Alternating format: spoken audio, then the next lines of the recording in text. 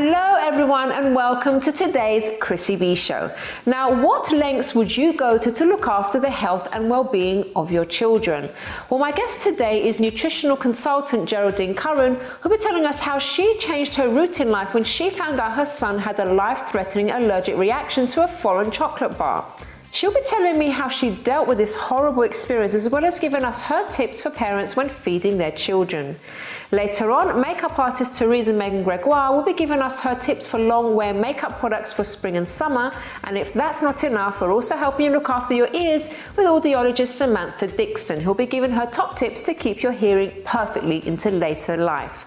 Then at the end of the show, Coach Chris Brown will be sharing some valuable advice on how we should behave in an interview, and I'll be giving you some tips on how to change your career. Now, before we go to Samantha and hear her tips on looking after your ears, I wanted to share a few facts with you. Around 1 in 6 of us here in the UK are affected by hearing loss, around 3.7% of which are of working age, making deafness the second largest disability in the UK. Over 1.1 million people are exposed to potentially damaging noise levels on a daily basis whilst at work, and a further 170,000 already suffer from noise-related hearing disorders. Well, let's see how some of you are getting on. This quote by Derek Coleman, courtesy Sports Centre, encourages us. They say, just because I have a hearing loss doesn't mean you have to do anything differently.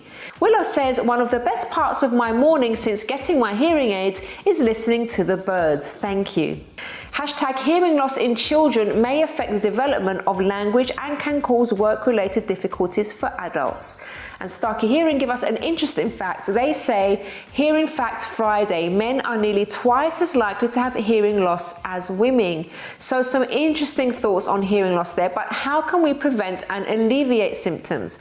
Well, here to tell us the do's and don'ts of proper ear care is Specsavers Training and Development Manager Samantha Dixon.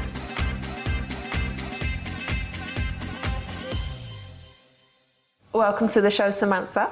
Thank you for having me, Chrissy. So can you tell us what exactly an audiologist does, please? An audiologist is a healthcare professional who is specially trained in the assessment, monitoring and detection of hearing loss. Okay. They're also trained in programming hearing aids to suit the patient's hearing needs as well. Okay then. And obviously today we've brought you on to give us some top tips on how to look after our hearing, our ears. So do you find that this is a sort of area that people sometimes neglect, or they don't really know what to look out for? I think because we use our hearing all day, every day, we take our ears with us wherever we go. We take them for granted. We don't really tend to think about it. Okay. So things such as exposing ourselves to everyday noise can have an impact on our ability to hear. So going to concerts and doing a bit of DIY will gradually have a bit of a wearing effect on your hearing. Okay, I'm just thinking of my dad as you're saying that, because he used to do quite a bit of shooting in his younger days, and he never used to put any protection on his ears. And then his hearing got quite bad, and he couldn't even hear the birds singing. He could hear other things, but he couldn't hear the birds singing and other things like that. So it is really important. It does happen over time. It's quite a common thing that I hear. People lose the high pitches first. So birdsong tends to be one of those things that people notice that they don't hear as much as they used to. I remember one patient who I saw in clinic in London. They'd actually didn't think that birds were singing in London. They just couldn't hear them. They couldn't hear them, no. So as soon as we switched the hearing aids on, they could hear the difference. That must have been lovely for them, though, at least hearing them afterwards. Yeah, it was, Okay. So Samantha, can you tell us maybe some of your top tips on what we can do to look after our ears really well? Okay, so that the first thing is to protect your hearing, so such as going shooting, if you ride a motorbike, if you do go to clubs or concerts, anything like that, to wear some form of hearing protection, whether that's the off-the-shelf plugs or something that we can do at Specsavers custom made to go in the ears. Another top tip would be to have your hearing checked on a regular basis as well. We recommend anyone over the age of 55 has their hearing checked once a year. Really? Because hearing changes so slowly and so gradually over such a long period of time, we don't always realise what's going on. Wow. So it's better to monitor it, and then we can give you the right advice. So that's it. I've learned something new, because I didn't know that you're supposed to do that, obviously, after a certain age, to do it on a yearly basis. Well, on average, it can take us 10 years from when we first notice that we have a problem to actually doing something about it. Wow. So to get into the habit, much like you used to having your eyes checked on a regular basis, having your hearing checked. Another tip would be to refrain from the use of cotton buds as well. I'm laughing because we had our doctor on saying do not use cotton buds, and I stopped doing it for a while, and then I felt so yucky that I wanted to, and I started using them again, and I'm thinking he's going to tell me off, and now you're saying the same thing. Well, tell us about that. Earwax is a natural thing. It's there. It's antibacterial, it's antifungal, it's insect repellent. It helps to actually clean the ears. So by pushing it further down into the ear canal, you can actually make it worse, because it's then harder to come out. So I know this kind of takes a bit of time for it to sink in, so we don't have to actually do anything to our ears to clean them, just like... Your ears are self-cleaning. Your ears are self-cleaning. We have self-cleaning ears, people. Absolutely. No more cotton buds. Just for makeup, just to remove up makeup, right? Yeah, perfect. Okay, I'll take it. I mean, that tip in itself is just like really, really important. Even if you just gave us that one tip, it would be already really useful for us today. Yeah. Okay, what other stuff would you say? I think the other thing is to look after your overall health as well. We don't realise how much of an impact our general health can have on our hearing.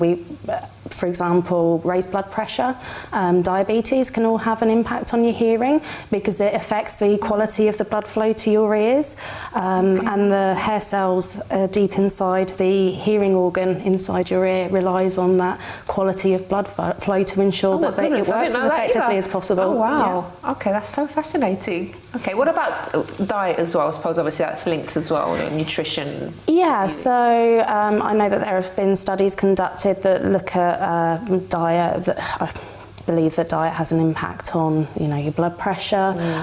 There's also been studies that have looked at salt intake and tinnitus as well, which is the perception of sound when there's no external stimulus. So Samantha, what about the actual impact of hearing loss on a person? So you might first notice that you have a hearing loss when people around you start to comment. You may be misunderstanding things, and that can lead to feelings of embarrassment. So you start to isolate yourself socially. You start to avoid things such as going to bingo, enjoying the weekly quiz down at the pub, and not enjoying life as much as you should can then lead to depression. We know that not going out as much means that physically you're not being as mobile as maybe you could be. Links have also now shown a link between hearing loss and dementia. So those of us with a hearing loss are at higher risk of developing dementia, and that's because when you're not hearing as well as you should be, your brain isn't receiving the stimulus that it's used to working with. So theory sort of says that it starts to slow down. God, you don't sort of realise just what an impact your hearing has on your whole life. It's so easy to fix as well, so easy. Most audiologists high street will offer a free hearing screening or free hearing assessment, so it's so easy just to pop in, just have either a quick hearing screening done or a full hearing assessment, and that will help to give you more information on exactly what's going on with your hearing. And can you get that for free even if you're over 55, or would you have to pay if you're under? No, so there are lots of places that offer free hearing screenings and free hearing assessments. If you choose, you can go to your GP to go down the NHS route. There are high street providers that now offer NHS hearing services on the high street. So it is really accessible to everyone now. And what actually happens with a hearing test or hearing assessment? So a hearing screening itself is a very quick check to tell you whether or not you would benefit from a full assessment. A full assessment itself starts off structured very similarly to an eye examination, really. It starts off with a bit of questioning, so the audiologist will want to get to know you, your general health, your lifestyle and your hearing needs. They'll want to have a look inside your ears as well to check the outer ear, the ear canal and the eardrum as well, to make sure that it's clear and healthy. Okay. And then they'll play some beeps to you, firstly through a set of headphones that go over the ears, and then through a special headband that goes behind the ear, and that allows us to check the health of the hearing nerve inside your head. And from that we can tell you whether or not you have a hearing loss, what the severity of the hearing loss is and the type of hearing loss. And we'll also advise you on how to manage that hearing loss, which may include the recommendation of fitting of some hearing aids. Okay, and just a final question, Samantha. If, for example, you don't actually think that you have a problem with your hearing, is it worth just going in anyway and getting the checkup done? Absolutely. So again, same as eyes, even if you don't think you need glasses, we still advise having a regular check just to check the health of the eye itself. Exactly the same with your ears. When was the last time you were able to have a look inside your ear to make sure that everything was clear and healthy? I've never actually ever done it myself. No, so that's going to be on my to-do list. Excellent. So brilliant. Thank you so much. Excellent tips, and I'm sure it's helped me, so I'm sure that's helped our viewers as well. Thank you so much. Thank you. All right, guys, so don't go away, because after the break we have makeup artist Theresa Maegan Gregoire giving her tips for summer makeup. And also we have Desiree Ahanonu, who gives us this season's fashion trends. But first, how many British employees are looking to change jobs in the next 3 years? Is it A, 37%, B, 47%, or C, 57%? Have a little think, and I'll tell you right after this break.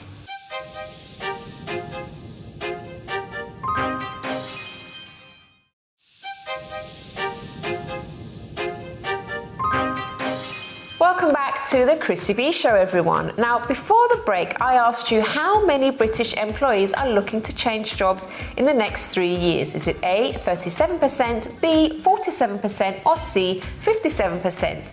The answer is B, 47%, which is quite high. Well, now makeup artist Theresa Maegan Gregoire is here to give us her spring and summer makeup tips. Hello. Hi, Chrissy. Lovely to have you back on the show. Thanks for having me. So you've got some top tips for us today, Megan. Yes, I have some top tips because we had a huge summer weather, 30-degree plus heat wave that just happened, and I'm sure that we all wanted, that sweat-proof makeup, those days. I'm here to kind of share what those go-to products are for that kind of heat. And also trending colors and colors that look good on all skin tones. So we have the bronzes, we have the orange coppery terracottas. All of those are really flattering on every type of skin tone. So starting with the eyes, we can put on a base, really quick in the morning, just like a cream base. And so just really nice, creamy, long wear formulas that just go on super smooth. So, MAC does one. I've got vintage selection here. You can go to your local counters and just get one from, this one's called On and On Bronze Color Tattoo from Maybelline. It's really just nice bronzies, and they stay on, it's called 24-hour tattoo. So you can see, how long it stays on there. But really, bronzes are just gorgeous on all skin tones. So whatever skin tone, that's just gonna give it a nice, warm, reflective glow. And so, we've got lots of lip glosses as well that obviously you can replenish. You're wearing this nice one, Brown Sugar, from Glow Minerals. And basically, those nice, lovely, bronzy lip colors just really stand out. And obviously when it's really hot, do you ever, see anyone with that smudgy mascara underneath? If you're going for the grunge look, that works, or that's fine. I would go for on those really smuggy days, a waterproof resistant mascara. So just basically really good formulas that are going to last all day, and they're not going to create that black kind of panda effect after a while. Also, I have here just this is a hard formula for eyebrows. So basically just, gently kind of coloring in the brows. And it's a formula that's not waxy and it's not powder. So it really is going to just stick there. So What's you want that one? It's called Hard 9, and it's from Shoot and Mara. It's really good. They come in 3 different shades. I just love the natural, and it's natural. So that's another thing, is that you're not going to see when that, beaming sun comes down, those hard lines. So it's a hard formula. It's very soft. I mean, you could see it's just very, very hard to make a hard line, even though it's called hard formula.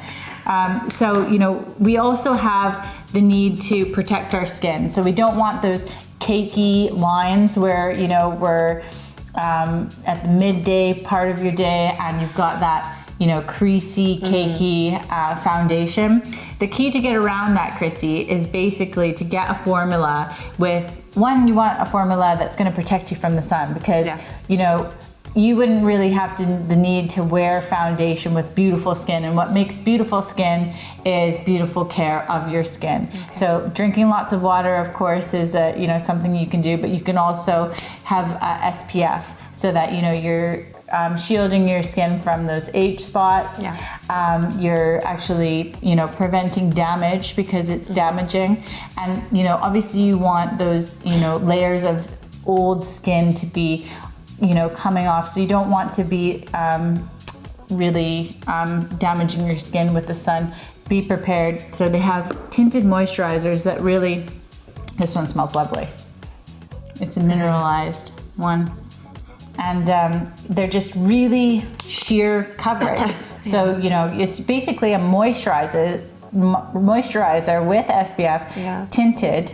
And it actually gives you like a little bit of that glow. So whereas you can see it's just like glowing on my skin where I've just put it there. It's just beautiful. And if you have any, spots that you want extra coverage for, you literally can go in with your concealer and take, if you've got a little lip brush or something, just a small precision brush and just dot where you need the coverage. Okay. And then set it with the, with the powder so that is, you got to think about it in layers. So you've got, if you do have shadows, you can put them on top of these cream shadows. They're going to stay all day. They're not going anywhere. So, you're putting on your base and then you're setting things. But even if you just had those cream bases, they're, they dry. You can work them in a certain amount of time and then they're there, they're there for the day until you're ready to go to bed. Also, two-toned, bronzers, really nice. This is Daniel Sandler's $1 billion body shimmer. Just love this one. But basically, two-toned bronzers. We love bronze on Chrissy. She looks amazing in bronze. And really kind of warming up. It's about that warm kind of bronzy look. So yeah, so that's all I can say is that, these products, when that weather is hot, they're your go-to, my favorite choices. Lovely. Thank you very much. Thank and you. We'll see you very soon, Megan. Thank you. Thank you. All right, guys, so don't go away because now we have more for you with some styling.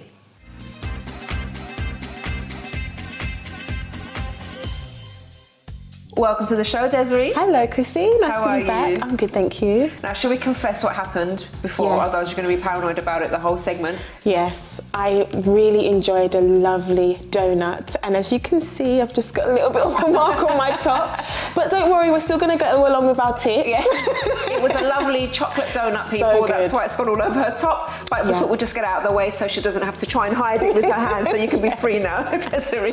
Thank you, Chrissy. So what we're going to be talking about today? Okay, so we're going to be talking about the latest summer trends today.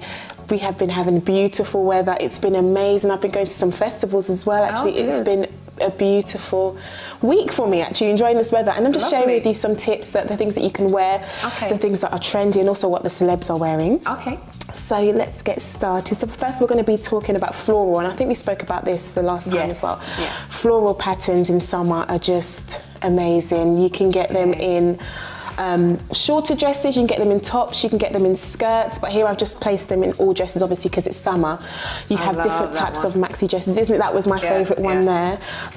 You can have obviously the slits, longer ones, or midi fitted, lovely floral dresses there. Yeah, that is nice as well. And they're just really nice because I just think they just make you look really stylish, and they're so light. They're so light, you can wear them in the summer wherever you're going. They're very trendy, and you can add a belt. I always like to add a belt or just to tie it around the waist. Loving the floral dresses. Next we have floral shoes. Now I don't actually own a pair of floral shoes. Really? But yeah, I actually don't, and I own a lot of shoes, and I'm like, I don't actually own a pair. But so many celebrities have been wearing these statement shoes. These are really statement pieces, because as you can see, these florals are 3D. The stitch work here is just amazing, and even with the slippers as well, they're really stylish. And these kind of pieces, you just need to wear with a simple dress, a simple jeans and a top. But they're so lovely in this weather. I'm loving them, especially these are quite, I don't know what I would, they're really nice. I wouldn't buy them myself, but they are really, really nice. They're different, yes. I suppose you've got quite a plain outfit and you put something exactly, like that on, the statement bloom, the floral bloom. Definitely. Yeah, so next we have, I believe it's the stripes. Stripes, I love stripes anyway. I think stripes will always be in season. Every single season I think you can wear them. You've got the loose off the shoulder ones wearing of white, stripy outfits look amazing with white, matched with white. So you can have them in trousers, dresses, tops, shirts, wrapped, buttoned up, every single way. Yeah, it's really nice. And the best way to obviously match it is with just plain, simple, either black jeans or white. A lot of celebs are wearing these because they're quite stylish. It's quite stylish and quirky when you've got stripes on. And I really like this, how it's got the wrap there and the V-neck. I like wraps because it kind of just covers everything. And it also just makes you look Stop making it as if you've got anything to cover, please. No, but I don't know. But sometimes I do, especially after I go and have a lovely meal. Most of the days or a chocolate donut. Or a chocolate donut like today. But yeah, stripes, loving the stripes. I've actually seen quite a few people wearing them, even at the festivals that I've been at this week. Lovely. Yeah, lovely. So next we have, summer tailoring suits. I love this trend, I must say. Victoria Beckham is known for her suits, for her sophisticated look, and she just looks so sharp, so clean, and I just love this look. I think it gives you like that workwear attire as well as looking stylish, because as you can see, I love this pink one. I think this is so nice. Obviously you wouldn't wear it every day, and I don't think I would wear it to work unless I work in like a fashion industry. But it's just one of those statement suits, and also I like the white one as well. I like the white one. That one looks like Rupert, so I wouldn't wear that. Rupert the bear. Yes, it does actually. I didn't even think about that. But yeah, I really like it. You could just pair them as well with trainers, even flats, sandals, heels. But this is definitely in. A lot of celebs are wearing them to special occasions, to dinners, to meetups, and I think my favourite is probably the pink one, because I just like pink anyway. This is the white. At least we both like something here. Next we have, we'll move on to the menswear. So hats, I've been seeing so many men, so many celebs with these hats, and I just had to find out, where can I get one of these for my husband? Really? Would you wear that? Yeah, he actually wore one the other day, because I just thought, I really like the look of it. It gives you kind of that beach look, that summer look, and you can wear it with smart attire, but you can also wear it with shirts, with like just casual wears as well. I wore one the other day actually, and my husband wore one too. It was just a really hot day. You could just pair it with a nice white shirt and shorts. Was that when you went for your picnic? Yes. It was such a nice picnic. Yeah, she saw my Instagram. Hats. These are called fedora hats. You can get them anywhere online. You get them in store. You get them in the market. Good prices, and they've got obviously different patterns. You've got the stripes on there and the bands. This is mainly the usual one that you'll see. But yeah, loving these hats. Females can wear them as well. So makes you want to go on a gondola, really. Yeah, it does, definitely. And I can just go on my and I love to bring my picnic as well, my picnic basket. And next for men's, I believe it's the shirt. Okay, so this style here, I'm not really sure about myself. I'm not really sure about myself, but it is what they are wearing, especially Bruno Mars. He seems to just, Bruno Mars, though, he just seems to love this kind of shirt, the satin kind of materials, like silky satin, and with the patterns. It's a very loud trend, I think. I think it's just a very loud shirt. I don't really like it personally. Nor do I. Sorry, guys. This is what the celebs are wearing, and this is what they're wearing. And I've actually seen, I did actually see someone with one the other day, and they did pair it with some nice plain cream trousers. It did look nice, but I just think you would get a bit hot because of the material. But this is what the celebs are wearing, so this is the trend. Okay. And next we have the chinos, the shorts. So you know you have the normal length chinos, normal trousers. These are the short ones that you tend to fold up. Cameraman wears those quite a lot. Yeah, they're really nice because they're smarter than the casual shorts.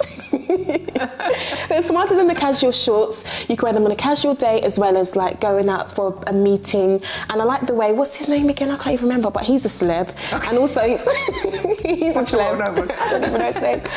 But he's matched them with brogues, which we're going to be talking about next. Can we go on to the next slide if that's okay? And yeah, brogues, loafers have always been in every season, winter, autumn, summer.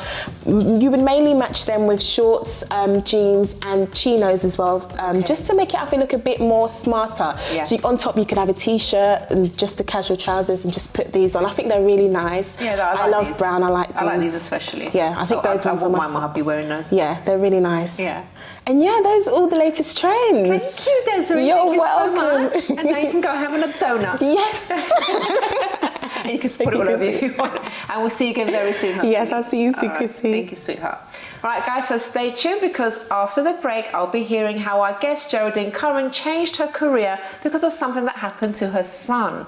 And also she'll be giving us some top nutrition tips for families. But first, how many people have an allergy here in the UK? Is it A, 5 million, B, 11 million, or C, 21 million? Do you know the answer? Have a little think, and we'll be right back after this break.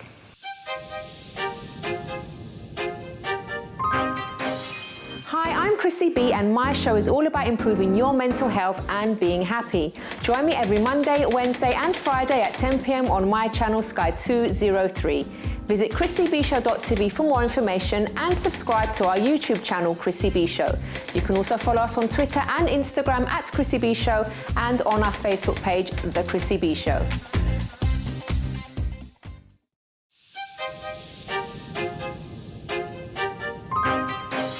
Welcome back to the Chrissy B Show, everyone. Now, before the break, I asked you how many people have an allergy here in the UK. Is it A, 5 million, B, 11 million, or C, 21 million? The answer is C, a huge 21 million of us. Well, somebody who knows only too well what the devastating effects allergies can have is today's guest, Geraldine Curran, who's here to share her story. Hello, Geraldine. Hello, Chrissy. And welcome to the programme today. Thank you very much. Thank you so much for coming on to speak about this, because it was you did go through a very difficult time. Can you tell us what happened? Yeah, I probably can start back to when I've got 3 boys. So my 3 boys were young at that time, and it was a normal Sunday afternoon in our household, and we'd had dinner. And it's really funny actually, because before this particular event, I think I was always quite funny about the different foods that I gave my children. Yeah. And I always limited sweets. But a friend of mine had been away and she'd brought them back some sweets. So the boys were hassling me, oh, you know, can we have the sweets? We've had our dinner, we've eaten our dinner. And my youngest son, who was 4 at the time, he took a bite from this chocolate bar it was. And all of a sudden, he just sort of said to me, Mummy, I don't feel very well. And so then he started trying to sort of reach and trying to be sick in the bin. And I thought, well, I don't really know what's wrong. Yeah. And then his breathing started going. And I was thinking, well, that's not right. I'm not really sure what's going on. And my husband was there, my sister was there. And so I said, and he was really hot as well. So I said to my husband, let's just put him in the bath and cool him down. Maybe he's just, you know, got a bit hot or overheated and everything. Yeah. But as we sort of put him in the bath, we did realise then that this was quite serious. And my sister at that time was saying, I'll go. And we were saying, no, please, because the 2 older boys, could you please just stay with the 2 older boys?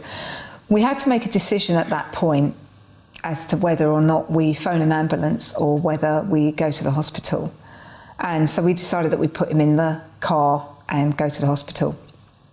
So we're travelling to the hospital, and at that time I lived in a place called Ruislip, and I was going along the A40, and my son's breathing was getting worse and worse and worse, and then to the point where he passed out.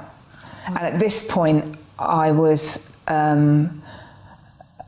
a bit frantic with the whole thing, and speaking to my husband. And so we decided that we phone an ambulance from the car, and the ambulance sort of said, look, you know, you either need to carry on or you need to pull over, and we'll come and find you. And we made a decision that we would just carry on. Okay, yeah. So we got to the hospital, And by this time, I was sitting in the back with Michael, so I had him like that, and he was sort of lying across my arms. And I ran into the hospital, and they had this particular hospital had a children's A&E bit, and I knew where that was. So I went into the hospital, and at the desk, I said, look, I can't wait, because I don't know if he's breathing or my son's sort of passed out. I said, I think he's gone into some kind of shock. So I ran into like the children's kind of A&E bit, and it was because it was a Sunday afternoon, so it was all quite calm and in there, and I kind of walked in, and they kind of just took one look at me, and they took him out of my arms, and they just put him on they sort of got him on a bed, but there was only nurses there, you see, because even though it's A&E, there were doctors, but the doctors will also go out onto the wards. So he was actually having an anaphylactic shock. So at that point we didn't know that. Okay. And then what happened was, all of a sudden they banged something, and then all alarms went off, and then they said we need to get him into resus, and I'm thinking casualty, it's like you hear that on casualty, so we need to get him to resus, but we need to stabilise him first. And then all of a sudden this doctor came running, and he was really out of breath, really out of breath, and he's trying to speak, and then they're trying to sort of work on him and everything like that, and then parts of it go blank from your mind, because you're thinking you remember it all, but parts of it go blank. And then all of a sudden the next minute we were running into resus, and that's when you really realise that you're in trouble here. They've got all this equipment in the room, and they're all trying to work on him, and I now know that his organs were shutting down, and obviously now I'm trained in what I do, but prior to that, and he's had a big anaphylactic reaction, and they kept saying, what did he have, and the only thing, I just said a chocolate bar, he took a bite, he spat it out though, but he had a major reaction to this chocolate bar, and the doctor at that point started really losing it, and he was saying, I can't save him, and I'm saying to him, yes you can, you need to calm down, you need to breathe, because you're the only person in this room that can save him. You have got to save him, to the point at one point I had hold of his clothes saying, you need to get yourself together, because you've got to save him. And then all of a sudden this was all sort of going on, and it's almost like you go out of your body, I think. You're up there and you're kind of watching what's going on, even though you're in it. So you're in it, but actually I'm up there, I'm watching it as well. And and all of a sudden the door opened, and this lady walked in, and she just threw all her bags down, and she just sort of said various things to people, and then all of a sudden he came back. Wow. And he asked me where he was, Mum, where am I? What a relief. How did you feel at that point? It's really difficult, because it's a surreal. You're not really there. Real? You're kind of out of there, and he just said, Mum, where am I? He didn't have a clue where he is. But it's funny, because today he does remember what happened. He does remember, even though he's 16 now. Now this whole situation, or this terrible thing that you went through, has actually prompted a career change for you. Can you tell us about that? Yeah. So prior to this happening, I used to be a fitness instructor, because after I had the boys, I'd put on a little bit of weight, and it made me just decide that if food can do this, if it's this powerful, that it could do this to somebody, then I need to learn more about food. And that kind of took me on a journey from doing a diploma to a degree, in a BSc, to a master's that I'm currently doing now. All right. And now you're actually helping other people with their own nutrition, but you've actually got some tips for us today as well, for especially for parents, when it comes to children and nutrition. Can you tell us about some of those? Yeah, I think it's really, really important to involve your children in your nutrition as soon as they're able. I think the sort of market, or the kind of ethos out there at the moment, is that food is bad. Well, no, the right food is actually very good. So try and get your children to sort of experience, when you're in the supermarkets, there's sort of loads and loads of fruits and vegetables, or farmers markets, or local farms. Try and get your children children to visit those sort of places, and you let them touch the food, let them pick up a carrot, let them feel what the food's like.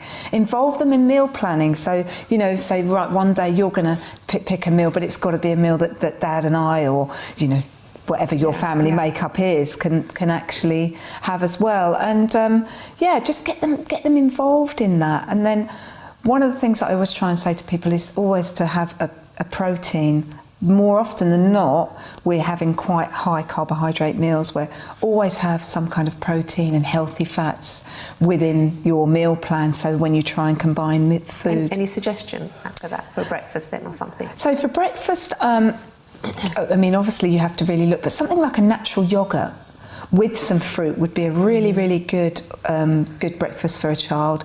You could also do some scrambled egg, because eggs are just so good. And you don't necessarily, you know, have to do that with toast. You could actually do that with something like some spinach or some tomatoes. So there's loads and loads of different alternatives. Other things that you can look at if time is an issue, then maybe perhaps you could encourage your child to make a smoothie, but making it with things like, you know, like the natural yogurt, like some berries, and you can get some lovely little seeds as well that would be quite nice. So those sort of things that you can have. Okay. And how's your son doing now? Because obviously you said, you know, you've learned now what to do in case of anything. How's he doing with his health and nutrition as well? Yeah, I mean, it was a real learning curve. We still went through times where things were quite bad, because he then developed asthma out of this, so he had asthma and things like that. But he really is good, really, really good. He's 16 now. He's just finished his GCSEs. Oh, wow. Congratulations. And, so he's doing really, really well now. And, you know, I had to make a decision, and what did I want? And the medical establishment were amazing, but did I really want him to just be on meds and things like that for the rest of his life? I didn't want that for him. So there's always another choice, isn't there, if you want to do things yourself? And obviously it's not that we ignore doctors' instructions, but nutrition obviously is vital. And the ironic thing is, I generally thought that I was actually feeding him that my boys a really, really healthy diet. And then when you start looking at the food that was, so when they were very young, I made up all my own food with fish, with vegetables. But then you start feeding them the shop children's food, and then you realise, actually, no, that's not the right way. And so, you know, it's been a real learning journey for the whole family, not just for me. Brilliant. Jolie, thank you so much for coming on to share your story and for the tips as well. You're welcome. It's been a pleasure meeting you. All right, guys, so don't go away, because after the break, we'll be getting some valuable advice from Coach Chris Brown on how you should behave in an interview. And I'll be giving you my top tips on changing your career. But first, what is the prime reason for millennials changing careers? Is it A, more money, B, better work-life balance, or C, an easier workload? Tune in after the break to find out.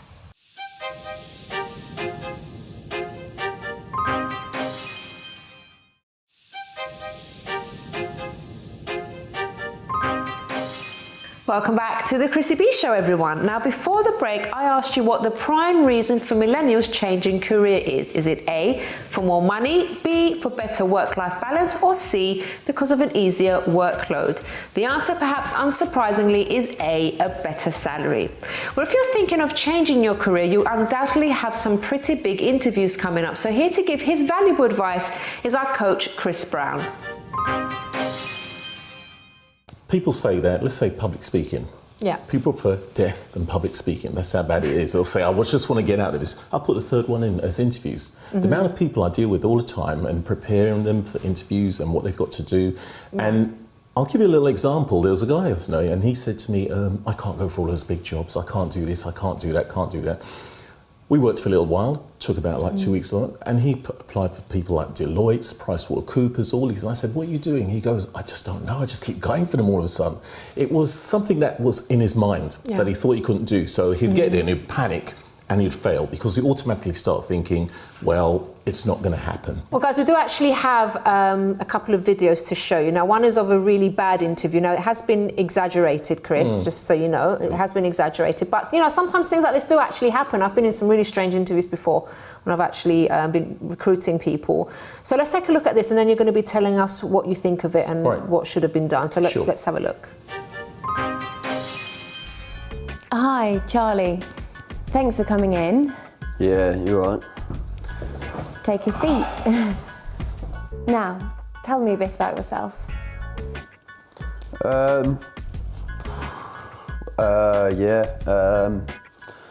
I grew up here, from London.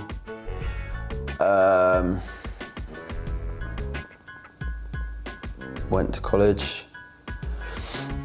I like having a few beers with the lads. Right. So, what relevant experience do you have for the role? Not much, to be honest. My dad's he owns a couple of companies though. Like he's the CEO of like Tesco's and that. So, and he like owns Nike as well, and Adidas, I think. So he can just tell me how to do it. So that's fine. You don't need to worry about that. Where do you see yourself in 5 years' time? Probably be your boss or something, actually. Right. And then in a few years, probably buy the company out. So, yeah. Okay, I think we're done for today.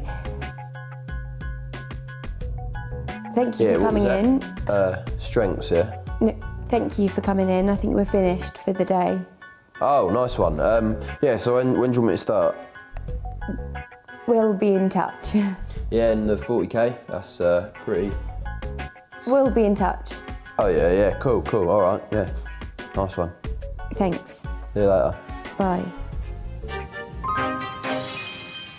So thank you very much to our actors there. So Chris, what did you think of that interview? It's marvellous. It went so well, didn't it? Well, yeah. It was a bit OT on it, but you know, there's something that really jumped out, and the very thing you say is being unprepared. Mm-hmm. He was totally unprepared throughout the whole interview. He was unprepared, right? But it wasn't that. It was the way he presented himself as well. Mm-hmm. I mean, he walked in, he had his trainers on, the way he sat down, his tie twisted the other way, and his posture. Yeah. He was, I mean, we should carry on this interview just like that and see what happens, yeah? It just doesn't sell. It doesn't sell him at all. And not only that, it was his body language, listening skills, not actually listening to the questions. Yeah. But I actually believe he just didn't care, to be honest, because when it came to about selling himself, he was just selling his father instead, what his father does and all that, and what his father can do for them instead. Yeah. He was more of a taker, not a giver. It's not somebody you're going to say, I really want that one, you know, because they're going to represent our company well. Everything was the opposite to what you should do. I mean, his energy level was just flat. So after Charlie has been for training with Chris Brown, with Coach Chris Brown, this is how his interview actually went afterwards. So let's take a look. Hi, Charlie. Hi, Rebecca, nice to meet you. And you, thanks for coming in. Yeah, take a seat. Now, tell me a bit about yourself. Okay, so I grew up in London.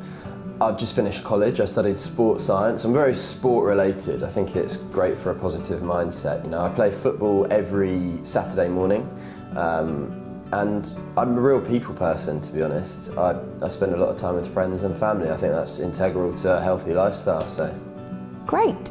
So, what relevant experience do you have for the role? In all honesty, this would be the first corporate job role that I've ever gone for. I feel like I need a bit of a career change in a sense, but I feel that having a sports background, there's a lot of skills that I've learned over the years that I could easily transfer to this job, such as, you know, team building. It's very important when playing any sport. You know, you've really got to trust the people you're working with, build those rapport, and, you know, genuinely create a positive kind of atmosphere with all your colleagues and your team, if you like, and I feel that that's something that I could transfer. Brilliant. What would you say are your strengths and weaknesses? Strengths, like I say, I'm a very sociable kind of person. I really enjoy meeting new people, and I think that's key when working in any sales job, especially a recruitment-based job role like this one. You know, I really don't have any qualms about picking up the phone, meeting new clients, you know, building those relationships. That's something that actually really quite excites me. Where do you see yourself in 5 years' time? In all honesty, I really admire people like yourself, you know, who have worked their way up in the career ladder and hold a position where you are today, and I feel that there's no reason why I can't do the same thing. So I mean, I really like the look of this company. I'd really like to get stuck in. I'm a very ambitious kind of person, and I'd really like to work my way up and be somewhere similar to where you are now. So Lovely. I think we're done for today. Okay. Thank you for coming in. We'll be in touch soon. Thank you. Thank you. Much better, right, Chris? A lot better. Yes. A lot better. Like I said, it was all the opposite to what he did before. Yeah, but great actor as well, I must say. You know, Yeah, they really both were. switched They it. were Yeah, really they both good. were really good. Yeah. Well, it's funny because his presentation, he obviously presented himself very well. His posture was up. Yeah. Not only that, let's talk about the questions. When he answered the questions, even though he didn't have the experience, he still turned it around and showed how he can be an asset to the company at the end of the day. That makes a big difference, because sometimes people will, let's say, overlook something, saying, well, I haven't got that experience, I can't do that. But you know, people actually buy people at the end of the day, their personality, who they are. If there's somebody who's willing to learn and can pick up things fast at the end of the day. And not only that, there's an area in interviews where a lot of people tend to, you know, fail on that one, and it's expanding on the questions. You know, when you give an answer, don't just yes, no, or I work down there. You know, these are no-nos. And also, must remember this. Do not talk negative about your last employer as well. You know, I've seen that come up numerous times, you know. So expand a lot on the answers that you've got to give, you know. Make it easier and more comfortable for the person interviewing you. You've got to make it more like a conversation instead. Don't look at it as, well, it's just one way, because you need to know about a company too. You need to know, is it going to be right for you? You know, not in an arrogant way, but, you know, ask questions, have a conversation instead. Let's get a mindset of thinking, I'm going to an interview, but I'm going to have a conversation and just talk to you about it instead. So that was a brilliant one. You know, that last bit, it was great. Chris, thank you so much for your input as usual. Pleasure, Chrissy. And we shall see you very soon. Thank you very much to Chris Brown there. So now it's time for some tips on how to change your career. And these actually come courtesy of Guardian Careers, where numerous career and business experts gave their insights. So this is going to be really important for you. So the first point they're talking about is work out why your current job makes you unhappy.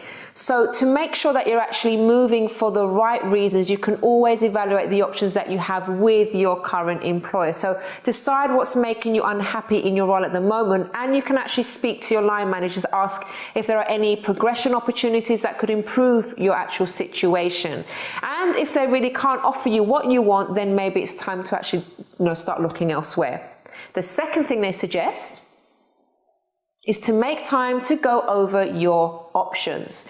So this one can seem like a really hard thing to do when you're actually stuck in a job that you're not enjoying. But what the article is saying is that before you start your search for a new job or career, it's important to invest some time in getting to know yourself. So it might kind of seem a bit tricky, it might be uncomfortable or uncertain, but it's actually worth doing. So then actually you get the answers, and you just need to, you know, assess everything and then know what you really want before you actually make that move to go into something different. The third point they talk about, to do your research. So when it comes to job hunting, the more information you arm yourself with, the better position you'll be to make a decision. So you can write up a wish list of what you want and also what you don't want. And you can do things like research roles or speak to people who work in your target field, and even get some work experience if you can. The next point is to ask for help. So you can find support either through some of your friends, your family, coaches and mentors, or by connecting with people in the new fields you are considering, who probably be very happy to help you with their insights and knowledge. And also you can find potential contacts in the industry you want to move into through social networks and events. And of course we have things like LinkedIn groups and, you know, things like that can help you as well. The fifth point, to focus on quality, not quantity. So before applying for jobs, don't forget the importance of a clean, well-edited application and CV. So focus on quality, tailor all applications to the company and job you're applying for. Now this one is very important, because I'll be really honest with you here. There are some CVs that we sometimes get that I write them off immediately because it's obvious the person is just applying for anything and everything. So those ones, you know, stand out like a sore thumb. So make sure you are, you know, sending out quality things to potential employers. The next point is take your time. So once you've actually decided you want to leave, the often long process of finding a new job and the rejection that comes with it can actually be a bit demoralizing. So take the pressure off and maintain your motivation by laying out some kind of realistic timetable for the next few months to get you through the stages of, you know, all that searching, the applying, the interviewing, and also when you actually give your notice as well. And, you know, be prepared, because it might actually take months or even longer for some. So don't beat yourself up, you know, after a day or two of just not receiving a new job. These things do take time. If you're going to, you know, really get something that you're happy with and you really want to, you know, to go into that career, do take your time and don't feel upset if it doesn't happen very quickly. Well, everyone, we have reached the end of today's program, but don't forget, if you have a story that you would like to share, or maybe you're an expert in a particular field and you'd like to share some tips on this program, you can email us on info@chrissybshow.tv. You can also tweet us at Chrissy B Show or leave a message on our Facebook page, The Chrissy B Show. Till next time, bye-bye for now.